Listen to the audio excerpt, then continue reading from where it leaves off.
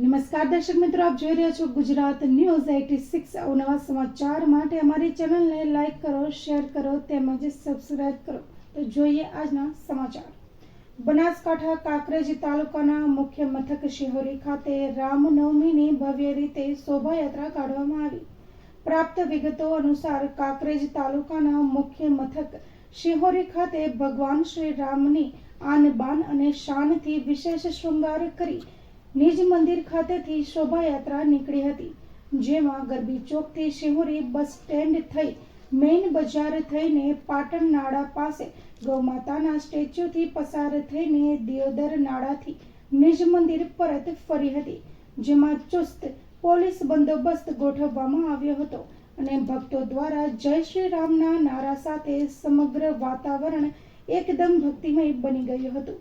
જેમાં સૌથી અગત્યની બાબત વિશે વાત કરીએ તો સમગ્ર દેશમાં ભગવાન શ્રી રામની શોભાયાત્રા કાઢવામાં આવી રહી છે અને ત્યારે વર્ષો બાદ ભગવાન શ્રી રામનું અયોધ્યા મંદિર ખાતેનું નિર્માણ કરવામાં આવ્યું છે।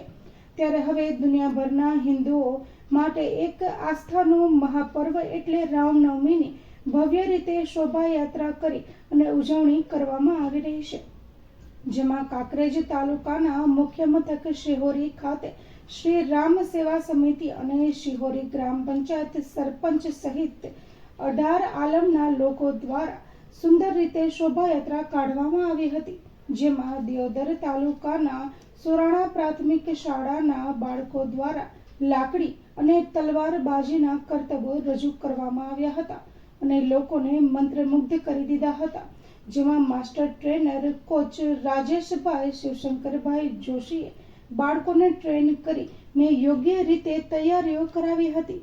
ત્યારે હવે શિહોરીના સામાજિક અને રાજકીય આગેવાનો સહિત મોટી સંખ્યામાં શ્રદ્ધાળુઓ શોભાયાત્રામાં જોડાયા હતા। રિપોર્ટર અલ્પેશ ગોસ્વામી, કાંકરેજ।